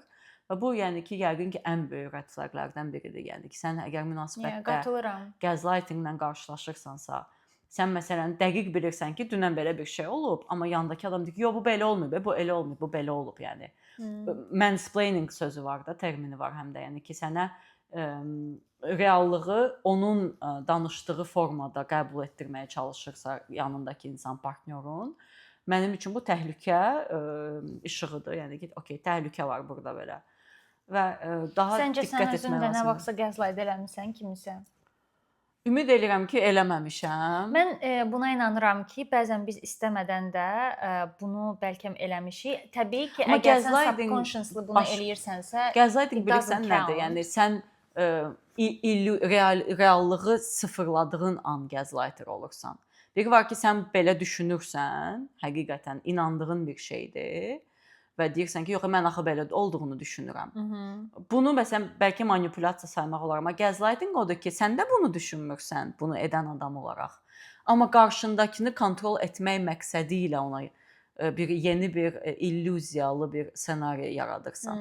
Ya mən inanmıram ki, biz bunu haçansa eləmişik həyatımızda. Yəqin ki, mən ona inana bilərəm ki, hardasa məsələn çox uzağa getmirəm, belə bəsit bir davalardan danışıram. Məsəl üçün öz partnyorumla dava eləyirəm məsələn də, let's say, hipotetически və hardasa öz mövqeyimi qorumaq üçün hansısa yerdə deyə bilərəm ki, yo, bu belə olmayıb. Bəlkə özümü də inandırmışam ki, at some point bu belə olmayıb və özüm o qədər ona inanmışam ki, qarşımdakı tərəfə də inandırmağa çalışmışam ki, bu belə yox, belə olubdu. Yo, 100% əminəm ki, bu belə olubdu. Amma əmin deyilsən əslində. Əmin deyiləm və mən məsələn bəzən fikirləşirəm ki, hətta öz mübahisələrimdə də bəzən mənə elə gəlir ki, nəyisə o qədər mən burdan dalaşıram məsələn hansısa mövzuda, sabah onu unuduram və beynim heç fokuslamır hər hansısa bir davaya, hər hansısa bir mübahisəyə. Bağlayıram sразу o təbi. Amma sabah bir gün o məsəl üçün sporu üzə çıxanda anlaya bilməyə bilərəm. Anlamaya bilərəm ki, məsələn, indi hal-hazırda mən gaslight olunuram, yoxsa bu doğrudan belə olub. Çünki mən onu beynimdən uca sildim. O uca mənim beynimdə yoxdur. Amma sənin bayaq dediyin o definitiona uyğun bir şey yaşamışam həyatımın hansısa dövründə. Romantik münasibətlərimdə deyil, amma digər münasibətlərimdə onu görmüşəm ki, məsələn, inandırılmağa çalışmış, görmüşəm ki, məni kimsə inandırmağa çalışır ki, mən bunu belə yox, belə eləməli idim və mən ona həyatımın hansısa nöqtəsində inanmışam, sonra onun realizationuna gəlmişəm ki, hansısa nöqtədə belə beynim birdən açılıb başa düşmüşəm ki, əslində mənim elədiyim məsələn səhv bir şey deyil idi, hansısa bir situasiyada, amma mən inandırılmışdım ki, mən bunu səhv eləyirəm və bunu mən yaşamışam. Gaslight olunduğumu görmüşəm, realize eləmişəm və başa düşmüşəm ki, okey, burada bu və mən bunu toksisityyə də bağlayıram Zosi. Mənə elə gəlir ki, gaslight eləyən insanlar əsasən sən demiş bu kişilərdə olur. Çünki onların o kontrol mexanizmi, kontrol istəyi daha çox olur öz egolarını qorumaq üçün. Kişilər daha çox gaslightingə əl atırlar və onu eləyən kişilər adətən mən elə gəlir toksik kişilərdir, toksik oğlanlardır. Hansı ki bu yolla sən demiş o öz kapkanının içində qadını saxlamağa çalışır. Və mənim üçün də bu çox böyük red flagdır. Ya bu çox təhlükəli şeydir. Yəni bu normallaşdırılması lazım olan bir şey deyil. Mənim üçün məsələn gaslighting hardasa violence-ın bir növüdür. Yəni o violence məsələn verbal şiddət var. Emotional abuse-dur da. Emosional şiddət var, fiziki şiddət var. Gaslighting həqiqətən emosional şiddət olaraq gördüyüm və çox təhlükəli olduğunu düşündüyüm və heç bir partnyorluq münasibətimdə qarşılaşmamışam mən şəxsən belə bir şeylə, amma Zosi demiş, yəni dostluqlarda, başqa münasibətlərdə, bəlkə ailədə görmüş ola bilərəm ki, hansı ailə üzvüm başqa bir ailə üzvümə gaslight eləyir və onu şahidi olmuşam, yəni real olaraq gördüyüm bir şeydir. Və by default sağlam münasibət sayılmır artıq. Ümumiyyətlə hər hansı bir münasibətdə əgər oyunlar baş verirsə, kimsə nəyisə spesialni nə üçünsə eləyir ki, o influence göstərsin qarşısındakı insana, bu artıq sağlam münasibət deyil. Bu o deməkdir ki, artıq bir tərəf digər tərəfi bastırmağa çalışır öz influence ilə. Ona görə mən də düşünürəm ki, bu çox apasna, təhlükəli bir yöntəmdir. Ona görə və bəzən biz onun bayaq dediyin kimi o inanmağa başlayırsan qarşındakı insana. Bəzən bir qadın onun fərqinə varmaya bilər ki, hiss edə bilməz ki, o gaslight olunur. Amma artıq bir neçə dəfə bu pattern təkrarlanırsa, yəni mənim təklifim bir dənə belə qıraqdan bu picture-a baxın. Nə oldu elə? Ətrafda hamı pis oldu, bir dənə o insan yaxşı oldu. Əgər ümumiyyətlə həmin kimdirsə, o gaslight eləyən tərəf kimdirsə, əgər o insan ətrafdakı hamıda bir mənfi tapır ki, səni hamıdan uzaqlaşdırsın və özünə ancaq yaxın. Və mənə gəlir bu tək kişilərdə deyil, qadınlarda da var. O qədər control freak qadınlar var ki, istəyirlər ki, yoldaşları onlardan başqa heç kimə yaxın olmasın. O da var. Ailəsindən belə uzaqlaşdıran qadınlar var. O oyunlarla, o manipulyasiya ilə. O belə var. Yəni təbii ki, daha çox kişilər eləyir, çünki qadın üzərində o gücə sahiblənmək kişilər üçün bəlkə hansısa leveldə daha asandır, amma bunu edən qadınlar da var və bu sağlıqlı deyil. Bu bir növ məncə bir obsessiondur həm də. Ən maraqlısı odur ki, gaslighterlar daha çox məsələn belə psixopat xarakterlərə sahib olan insanlardır və o psixopat və yaxud narsist insanların ən böyük gücü, ən böyük talantı odur ki, o onu o qədər gözəl eləyir ki, sən ona o qədər inanırsan. Yəni onu belə yəni ki, biri var ki, control freakdir və gaslighter-ə gəlirsən ki, bununla görüş elə bir şey deyil o. Yəni o qədər gözəl bir səni çiçəklərlə, böcəklərlə, hədiyyələrlə səni elə bir dünyada nağıl kimi bir dünyaya salır və sən o nağılın gözəlliyinin təsiri altında bunu psixopatlar çox güclü eləyir. Mən belə bir gic bir marağım var psixopatlarla bağlı dokumentallar, filmlər, məhkəmə saatlarla məhkəmə izləyə bilərəm. Biz keçən il yanında Bişimbayevin məhkəməsinə saatlarımızı ona xərclədik ki, baxaq bu yaxınlarda. Baxın, bax o Bişimbayev bildiyiniz həm narsist, həm gaslighter, həm abuser, həm bütün danışdığımız red flaglar hamısı o Bişimbayevdə var idi. Və onları dediyim kimi, yəni talantları olduğu üçün buna çox gözəl eləyirlər. Səni o qədər belə valeh edici bir güclə eləyirlər. Yəni sən burada bir neqativ görmürsən. Neqativ gördüyün gaslighting əslində çox zəif və belə də, yəni güclü bir gaslighting deyil, amma onu pozitivlə eləyib səni o psixoloji təzyiqlə inandıra bilənlər ən təhlükəli insanlardır. Qatılıram. Hə, yəni ki, nə кейslər izləmişəm də mən bu mövzuda. Ona görə gaslighterlara yox deyirik dostlar. Bəli, gaslighterlara kollektivlə yox deyirik. Hə, daha bir müasir romantik münasibətlərdə çox yeni yaranan bir şey də situationship sözüdür. Bilmirəm Azərbaycanda bu nə qədər yayılıb, amma situationship bizim məsələn bu relationship dediyimiz şeyin, yəni relationship olmadan öncəki və yaxud heç vaxt relationship-ə gedib çatmayan bir şeydir. Situationship nədir? Münasibət var, amma adı yoxdur. Bu son illərin ən məşhur terminlərindən biridir. Bu necə bir şeydir? Sən biri ilə danışırsan, görüşürsən, deytlərə gedirsən, bir yerdə vaxt keçirdirsən. Burada həm romantik situationship-in məsələn Friends with Benefits-dən və yaxud Mən deyəcəydim ki, Friends with Benefits-də mənə elə gəlir hər şey fiziki çox bir netdir. şeydir. Bir də çox netdir. Bilir ki, okey, bu Friends with Benefits-dir. Bunlar həm yaxşı münasibətdədirlər, həm də öz istəklərini öz ehtiyaclarını ödəyirlər. Amma situationship biraz fərqlidir. Situationship-in fərqi odur ki, bu normal münasibət olan hər şey var bunun içində. Sadəcə biz nəyiz sualının cavabını vermirlər. Mənə elə gəlir ki, situationship-in yaranma səbəbi bir tərəfin yetərincə əmin olmamağıdır. Həmişə elədir. Burada da kstati elə yazılıb. Münasibətə bənzəyən amma rəsmi adı olmayan bir münasibətdir. Nə tam sevgilisiz, nə də sadəcə dostsuz. Məsuliyyətlər olmayan münasibət. No commitment. Heç bir məsuliyyət olmayan. Və bu xüsusilə son illərdə TikTok və Instagramla məşhurlaşan bir şeydir. Mən hətta bir neçə dənə real həyatda da olub ki, kiməsə məsələn tanış olmuşam, yanında tutaq ki, partnyoru olub və biz bir yerdə tanış olmuşuq. Bu sənin bəs boyfriendidir. Yox, mənim situationshipimdir. Yəni artıq insanlar bunu normallaşdırdıqları bir sözdür.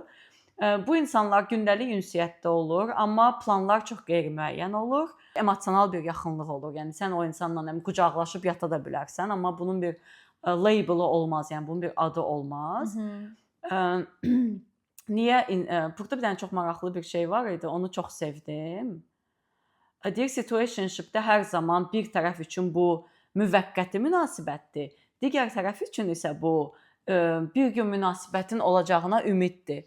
Həmin o tərəf üçün, bu ikinci dediyin tərəf üçün bu situationship-dir. Birinci dediyin tərəf üçün bu friends with benefits-dir. Mənə gəlir ki, fərq ondan ibarətdir. Situationship bir tərəf üçün situationship. Səndən hər cür emosional da ehtiyaclarını ödəyir. Yəni sadəcə səni fiziki olaraq istəmir. Həm odur, həm də emosional ehtiyaclarını ödəyir. Yəni ki, nə bilim sevdiyi mahnıları da sənə göndərəcək, dərin travmalarını da səndən paylaşacaq, hansını ki fuck buddylər eləmir də, как должное, amma bunların fərqi ondadır. Və mən məsələn Masumiyyət Müzesi serialına baxdığımız o yadıma düşdü ki, o tam situationship-dir. Yəni Füsun ümid eləyir ki, bunlar bir yerdə olacaqlar. Amma o an ver Zosi, spoiler alert ver. Yox, heç bir axırı necə bitəcək demirəm, yəni əvvəlindən danışıram. Yəni Füsun ümid eləyir ki, onlar bir yerdə olacaqlar, amma Kəmal üçün bu daha çox bir müvəqqəti, bu anın dadını çıxarmaq məsələsidir və situationship-lərin sonunda hər zaman bir tərəf biraz daha çox üzülür sanki. Hansı ki daha çox o ehtiyacları gözləyir, o commitmenti gözləyir. Ayda relationshiplər çox weird yerə gedir, Zosi. Honestly bu terminlər məni eləyir, yəni mən düşünürəm ki, pis yerə gedir. Məncə heç yaxşı yerə getmir. Amma məsələn situationship mənim əslində sevdiyim şeylərdən biridir. Yəni əgər sən amma bir tərəf elə bil daha bir tərəfin clear deyil də. Yəni clear olsa deyərəm, hə, məsəl üçün friends with benefits clear-dir, amma situationship clear deyil. Ona görə mənə biraz üzücü gəlir ki, bir tərəf daha çox şey gözləyir elə bil. Bilmir ki, o onu almayacaq. Mənə də o çox maraqlıdır ki, məsələn bizə bu situationship-la bağlı internetdə araşdırdıqlarımız bunu deyir. Amma görəsən elə situationship-lər var ki, yəni hər iki tərəf də əslində əmin deyil. Yəni qız da məsələn əmin deyil ki, istəyir əslində bu adamla olmaq yoxsa yox. Oğlan da əmin deyil. Və onlar elə bil ki, fake trial bir ay sağ ol da, yəni Netflix-i bir həftəlik trial alırıq, deyir görək biz bunu istəyəcəyik yoxsa yox. Xoşuma gələcək yoxsa yox. Yəni bir leveldə bəlkə də o əslində gələcəyin münasibətləri bu olacaq ki, çünki adını qoymaq da böyük bir məsuliyyət kimi gəlir artıq adama, yəni düşünürsən ki. Amma hər şeydən də qorxmaq nərəyə qədər? Yəni ki, bir münasibətin adını qoymaqdan da qorxurlar. Məni biraz o üzür. Məsələn, mənə elə gəlir ki, amma tez qoymağın mən artıq tərəfdarı deyiləm. Məsələn, bizim bu gənclik yaşlarımızda məncə ona görə hal-hazırda bir çox relationshipdə qızlı, oğlanlı, böyük əksər oğlanlar commitment göstərmək istəmir. Çünki onlar üçün o rahat bir şeydir. Bəlkə də bu artıq reallıqdır və qəbul eləməliyik ki, gələcəyin münasibətləri belə olacaq. Yəni ki, like məsələn bizim gəncliyimizdə necə idi? Bir nəfər gəlirdi deyir ki, mən səni sevirəm. Adı sən hələ mənlə bir dəfə söhbət eləməmisən. Sadəcə məni orada-burada uzaqdan görmüsən və düşünürsən ki, məni sevir. Bu daha absurddur. İndiki beyinlə baxanda mənə bu daha absurd gəlir. Love at first sight-a inanmırsan, Zosi? Yox, yəni ki, attraction at first sight-a inanıram, kimya at first sight-a inanıram, amma love mənə elə gəlir ki, elə bir şey deyil də ki, yəni bir adam məni qıraqdan bir dəfə partidə orada-burada görübsə, sabah gəlib mən səni sevirəm, fikrim ciddidir deməyi çox absurd gəlir mənə. Yəni o adam özü ilə bağlı nə qədər şey hələ çözməyib, nə istədiyindən nə qədər əmin deyil ki, yəni bu qədər əmindir də. Tanımadan birini sevir. Yəni onun özgüvən problemi var mənə elə gəlir. Çünki özgüvəni olan adam bu adamla bir 3 dəfə, 5 dəfə görüşməlidir, danışmalıdır, dərinliyini dadına baxmalıdır da, yəni ki, sonradan anlasın ki, hə, mən bu adamı sevə bilərəm, yoxsa yox. Like mənə elə gəlir ki, situationship əslində bəlkə də o fake səni sevirəmlərdən daha realistikdir. Mənə şey kimi gəlir də, elə bil ki, qarşıdakı insanı itirməkdən qorxmur.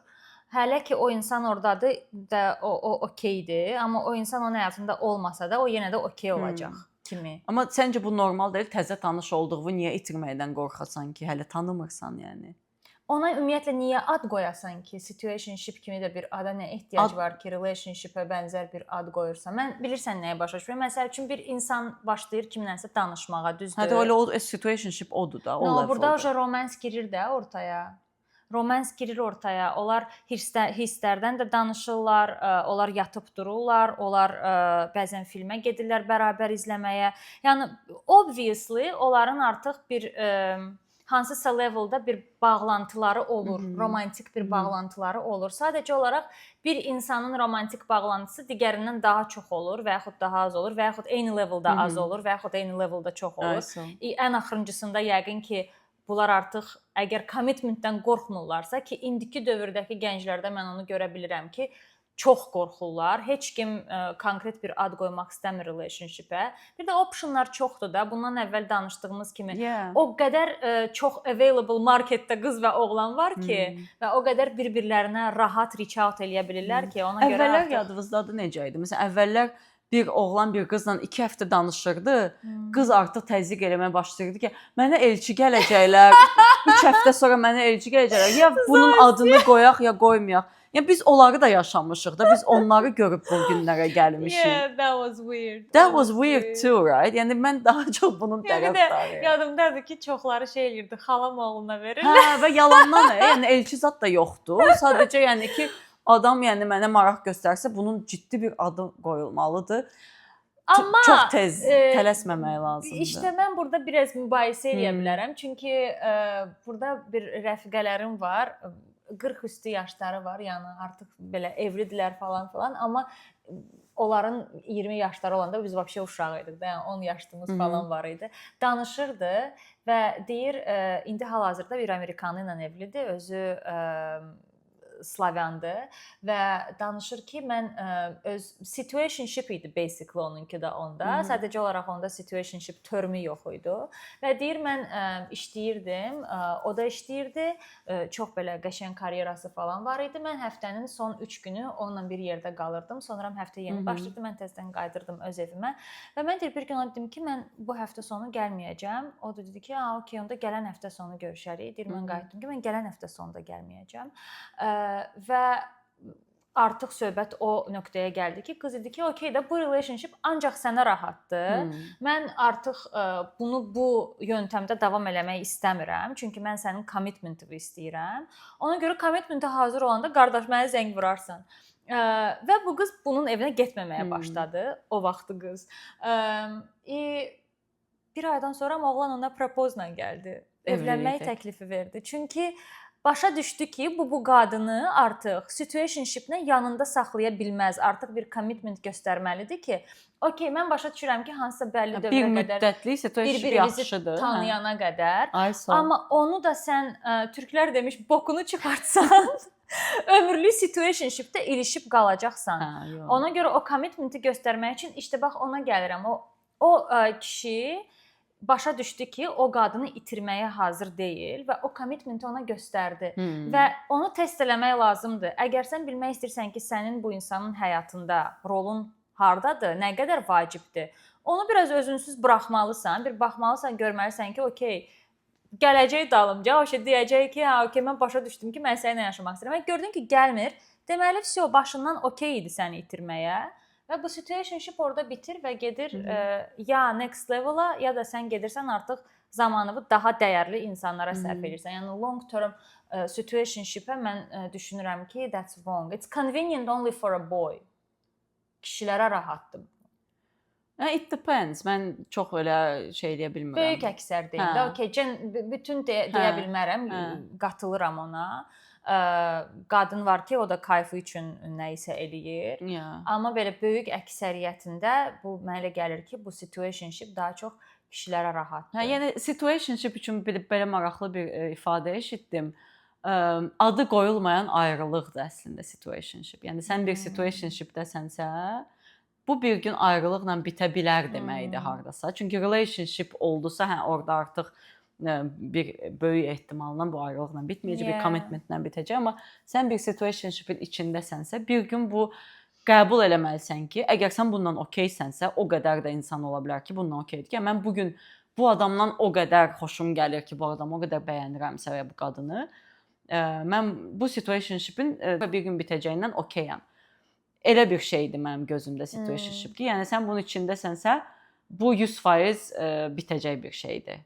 Amma qarşındakı adamdan o emosional səndən ciddi bir şey yaşamaq istədiyini alırsansa, orada artıq deyirsən ki, okey, buna ciddi baxa bilərəm. Situationshipə ciddi baxa bilmirsən, amma sənin o dediyin mövzu mysterious olmaq mövzusuna gətirdi, çıxartdı məncə. O təzə termdir. Mən o termi bilmirəm. Yəni ki, belə bir şey var da münasibətlərdə. Sən nə qədər sehrlisənsə, sən nə qədər belə mənim kimi love bomber deyilsənsə, yəni anında özünü açmırsansa, sən o qədər maraqlı qalırsan qarşındakı insana. Maraqlı. Və bunun da iki forması var. Biri var təbii, sən həqiqətən də sehrli bir insansan da, belə gizəmli deyirlər də türklər buna.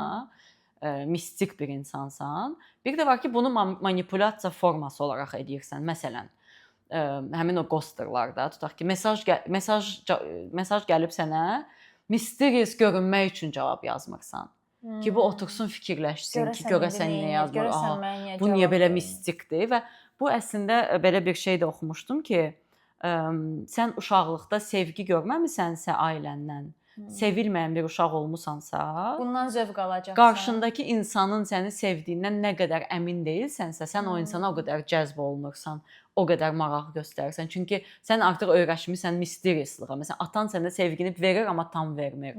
Anan sənə sevgini biraz göstərir, amma tam göstərmirsə, o insanlar mysterious insanları attract olur, yəni onlardan xoşları gəlməyə başlayır. Çox maraqlı. Sırf bu qadının кейsində düşünmürəm ki, bu mysterious relationship idi. Çünki o qadının o moment deyir ki, mən уже gəlməməyə başlayacağam. O mysterious kartını oynamağa başlayır. Yoxa çıxır və kişi deyir ki, okey, mən bu real həmişə əlimin altında olan insan deyil artıq. Və orada attraction-ı artır. Əslində kişilərin ona çox ehtiyacı var. Yəni qadın nə qədər özünü 100%. sehrli aparsa, amma dediyim kimi manipulyasiya olaraq yox. Məsələn, mesaja cavab spesialni yazmıram, nə bilim qarşılığını özəlliklə xüsusilə vermirəm, eləyib bunu oyun formasında eləyəndə bu da bir manipulyasiyaya çevrilir. Amma bir də var ki, sənin xarakterin mən ona da inanıram ki, indiki mysterious-dir. dövrdə bütün münasibətlər gənclərin arasında hamısı manipulyasiya üzərindədir. Hamısı bir-birini manipulə eləyir. Yəni bu mənim TikTok araşdırmalarımın nəticəsidir. Not a joke. Doğrudan deyirəm. Məsələn, bu Snapchat hal-hazırda Amerikada çox belə bildiyiniz Tinder-a dönüşübdür, yəni deyə bilərəm. Məncə zoomerlər üçün Azərbaycanda da elədir. Elədir, hə? Və görürəm ki, məsələn, oradakı o çıxır da TikTokda qabağıma bu chatlaşma necə baş verir falan. Mən görürəm ki, hamısı bir-birini manipulə eləyir. Bu çox yorucudur. Mən ki o pure nəsə daha Mən inanıram ki, bizim də dövrdə bizdə də çox idi bu manipulyasiyalar. dərəcə məncə yox idi. No. Sadəcə başqa toollarımız fərqli idi də. İndiki toollar digitaldır deyə daha əllə tutular toollardır. Mənə elə gəlir biz o qədər Amma xalam oğlu məni istəməyə gələcək də bir manipulyasiya. Bu çox bəsitdir də. Mənə elə gəlir ki, indiki generation o qədər çox tez yəni ki vstupat eləyir ki, bu münasibətlər, bu manipulyasiya falan çox uzağa getmirəm də. İndiki nəslin uşaqlarına da baxıram və bizim uşaqlığımıza baxıram. Yəni biz həm kubik, rubik oynayırdıq. Bunlar isə bu dəqiqə otururlar səninlə elə mövzulara danışırlar ki, ağzın ayrıq qalır. İndiki uşaqlar və indiki nəsil, bu zoomerlar başqa leveldə elə bil ki, həm eyni zamanda ən tupoy nəsil sayılırlar bir çox şeylərdə. Eyni zamanda da bir çox şeylərdə bizdən çox öndədirlər. Bizim o manipulyasiya texniklərimizlə bunlarınkini müqayisə eləsək, Mastaimsevçini bunlar bu dəqiqə çox şeydilər. Hər şeydə, münasibətlərdən tutmuş, hər şeydə belə çox manipulyativdilər. Və mənə gəlir bu çox yorucudur honestly. Biz belə deyilik. Nə qədər də o xalam oğluna verirlər, gəl mənə elçi eləsəydi, bizimki çox şey idi də, biraz belə naif idi kimi gəlir mənə. No. Mən yəqin elə environmentdə olmuşam. Hə, ola bilər ki, sən də. Bu epizodda da Sumqayıtın adını çəkməyəcəm demişdim. Amma Sumqayıt uşaqları çox saf idi ya, çox saf idi. Deyirsən? Yeah, 100%. Mənə elə gəlir ki, məsələn, biraz daha dibə getdikcə daha artır orada dramlar. Rayonlarda daha da dramlar, daha da bütün mahallə tren yapıyorlar. Yəni biz videolar zad görürük də nələr. Bir dənə var ya, salam əleykum necəsən? Oralardakı dünyanı heç biz o qədər yəni kəşf eləməmişik elə özümüz üçün. No mənim böyüdüyüm mühit elə olmayıbdı honestly. Ona görə mən bəlkə oyunla müqayisə edirəm. Mən çox şeylər görmüşəm. Yəni mənim teenage illərim, manipulyasiyalar, dramlar, intriqalar. Tak interesно. Yəni Dom 2 elə bil mən Dom 2-da yaşayırdım. Wow. Heç qatıla bilmirəm ona görə ki, like onda daha pure idi filan. Görmürəm. Amma o mysterious olmaq mövzusuna qayıtsaq, onu pretentious eləyəndə, yəni bilinir və çox cringe çaba göstərib onu eləyəndə məncə bilinir və insanlar var ki, çox mysteriousdur by default, yəni o adamların mənim də xoşum gəlir məsələn. Mən cəzb eləyir məni elə. Məni də bəlli yaşıma qədər mysterious tayplar cəlb eləyibdi. Yəni mysterious oğlanlardan xoşum gəlibdi. Amma məsələn deyirəm də o çalışır belə cool görsənməyə çalışan belə over çalışır. Overdo eləyir də onu. O çox cringe gəlir mənə. Ya ona 100% qatılıram. Qızlarda da, oğlanlarda da. Yəni ki içinizdən gəlirsə, həqiqətən bu gün belə hiss edirsənsə, sabah başqa cür hiss edirsənsə, o mənə çox təbii gəlir. Bir də var ürəyin gedir də, yəni yazmaq istəyirsən ya da nəsə eləmək istəyirsən, amma cool görünmək üçün eləmirsənsə, məncə qarşıdakı onu hiss edir. Bir də mən məsələn keçən epizodda özümə avoidant distant tiplərə aid elədim. İndi də onlara özümə aid edirəm. Yəni əgər patternıma baxsam, həqiqətən də o tipə aidəm. Amma eyni zamanda da overshare eləməkdə üstümə yoxdur. Yəni salam əleykum, bilirsən mənim başıma nə gəldi? Bax belə başlayaram. Biz podkastdan ikimizin də overshare olduğumuz ortadadır. Yəni bunu deməsəydin də hamı artıq bilirdi ki, biz ikimiz də overshare. Mən istəsəm də mysterious görsənə bilmirəm. Çünki mən overshare'ırəm, yəni. Mən də. Bir insanla əgər məndə klik oldusa, fərqi yoxdur, bu dostluqdur, tanışlıqdır, qızdır, oğlandır, heç bir fərqi yoxdur. Əgər o kliki tutdumsa insandan, o enerjini hiss elədimsə, yəni ki məndə də qatılıram. Başlayıram sicilimi başdan axıra qədər, bu günə qədər danışmağa. Biraz o da var məndə. Məndə də o ən böyük problemlərimdən biridir həyatda. Biz heç vaxt mysterious ola bilməyəcəyik. Ən çox tənqid olunduğum, ən çox ailəmin tərəfindən, yaxınlarım tərəfindən niyə bu qədər hər şey, yəni açıq kitab olmaq məcburiyyətində deyilsən. Bu arada bu ADHD-nin göstəricilərindən biridir. Adətən mən bu haqqda oxuyanda həmişə birinci növbədə o çıxır ki, ADHD-si olan insanlar. Bu arada ADHD-dən də çox danışıram. Bunu da zarafatcan deyirəm. Yəni diaqnozum yoxdur. Özümə diaqnoz qoymuşam. Amma oversharing ADHD-nin də bir göstəricisidir. Niyəsə belə bir şey var, bir-birlərinə bağlıdırlar. Yəni bilmirəm nədirsə, amma məndə də 100%. həyatı belə yaşamaqdan çox daha rahat hiss edirəm. Yəni mənə elə gəlir ki, bundan onu gizlədim, ondan bunu gizlədim. Sonra beynimdə tutum ki, buna bunu belə demişdim, buna bu faizdə demişdim. Yəni mən olduğum kimi olum. Məni sevməyən olsa həyatımda olmasın, yəni problem deyil. Yəni qəbul edirəm mən sevməyən insanların həyatımda olmamağını. Amma yəni mən beləyəm, açıq kitabam yəni ki və çox rahat. Belə yaşamaq o qədər rahatdır ki, başqa cür yaşamsam özümə əziyyət eləyəcəmsə, lütfü mən rahat yaşayım. Yəni öz rahatımın tərəfindəyəm yəni. 100%. Və o necə ki biz overshare-ırıq və mysterious olmağa bizim üçün çaba lazımdır və natural gəlmir və çox yəqin ki, qıraqdan cringe görsənər. Eləcə də mənə elə gəlir ki, o mysterious insanlar da bəlkə də hansısa nöqtədə overshare eləməyə çalışanda bəlkə onlar da hardasa bizə cringe gəlir ki, onu da indi fikirləşəndə yadıma düşür. Məsələn, belə insanlar olur ki, çox özlərini açıb danışan insanlar deyillər. Şey olurlar, inspired olurlar səndən, istəyirlər səninlə belə overshare eləsinlər və çox awkward bir situasiya yaranır. Hə, məncə overshare eləməyi də hər insan bacarmır, onu demək istəyirəm. Yəni oturub belə rahat-rahat özü haqqında nəyisə danışmağı da onu da hər adam bacarmır. Hə, amma mən məsələn həyatımda mistik deyək də, dostlarım da var, yaxınlarım da var ki, mənim xoşum gəlir o personality type-dan. Hətta belə deyirəm, ayda kaş ki mən də bir damcı mysterious olardım da. Yəni bir damcı bir belə şey yaradardım da insanlarda ki, bu görsən belə, yəni o qədər açıqdır ki mənim necə olduğum. O insanları mən sevirəm əslində. Yəni belə də təbii mysterious insanlar məni belə çox ilhamlandırır, yəni ki, gözəl bir şey kimi gəlir, amma o məsələn bunu da experience eləmişəm ki, kiməsə baxmışam məsələn, fikirləşmişəm ayda bu necə mysteriousdur da. Məsələn fərqi yoxdur qız və yaxud da oğlan. Amma hansısa situasiyada başlamışam o ilə danışmağa və başa düşmüşəm ki, heç elə deyil. Mən özümdə elə obraz yaratmışam ki, o mysteriousdur. Amma o ilə danışanda başa düşürsən ki, belə danışanda tamamilə başqa insandır da. Mənə elə gəlir Zosi, bunu da qısaca experience eləmişəm. Əminəm sən də eləmisən. Mənə elə gəlir sən də qıraqdan çox belə distant type kimi görsənirsən. Mən də bunu çox eşitmişəm ki, belə nə bilim yekəxana ya da nə bilim soyuqqanlı bir insan kimi qıraqdan görsənmişəm, amma tanıyandan sonra mənə hansısa insanlar deyiblər ki, sən tamamilə başqa cürəsən. Məsələn, belə görsənirsən, amma başqa cürəsən. Bəzən demək istəyirəm ki, o mysterious görsənən insanlar da çox da mysterious deyillər. Biraz onlarla danışsan görəcəksən ki, pambıq kimi insanlardır. Amma bu yaxşı bu nöqtəyə toxundun, çünki mən də məsələn özüm üçün deyə bilərəm ki, mən belə çox açığam, ancaq hansısa spesifik insanlarla. Mən o bir insanlarla heç açıq deyiləm. Yəni dünyanın ən qapalı qutusuyam.